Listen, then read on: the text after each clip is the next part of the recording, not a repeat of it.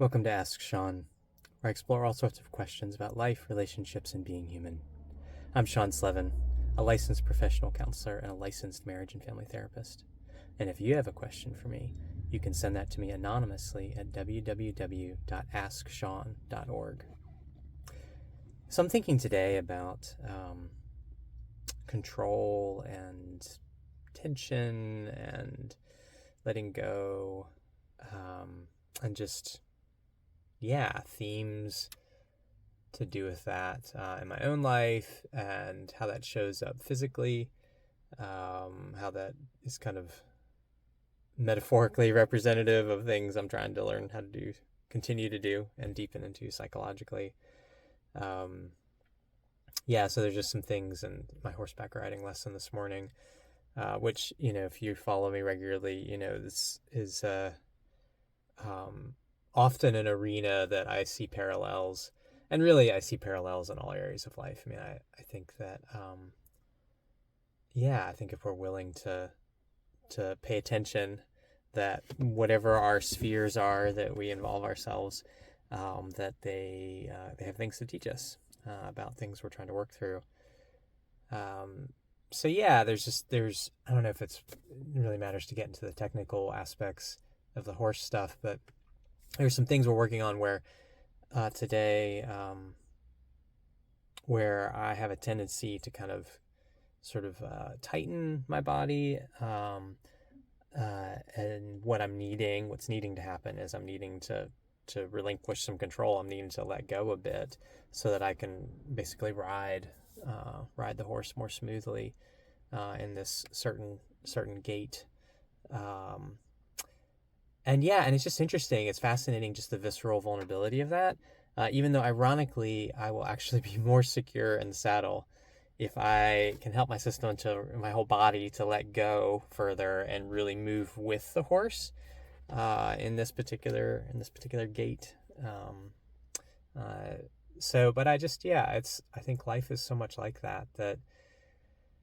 We, out of our wounding, right? Like we brace, we clench, we get tight, we to make a Star Wars reference, we grip, with our fist, as things then slide through our fingers. So I don't know. It's like, and it's tricky, because part of what I was struck by is that, like, the answer isn't to just totally let go, right? Like if I let go completely on the horse and I get all floppy, well, I'm gonna come off. Like we do need a certain degree of activeness, muscular wise and psychologically. We could say a certain degree of tension. Like, not all tension is bad in that sense. But too much, and then we're bumping against too little, and we're too floppy, and we don't have the capacity to actually, like, move with. And so I don't know, so much of life is like this. I feel like is this dance of kind of how do we get in sync with whatever's happening with us, with others, in this case with the horse, and sort of ride that movement, that wave. That's just it's things I'm pondering today. Kind of in the vein of, I mean, this is really a continuation of a theme I've been thinking about on an awful long time, but it was kind of on my mind here coming back from my lesson, and wanted to share it with y'all. So the invitation, I guess, would be to one invitation is to kind of be paying attention to, where in your life are you maybe holding on too tightly?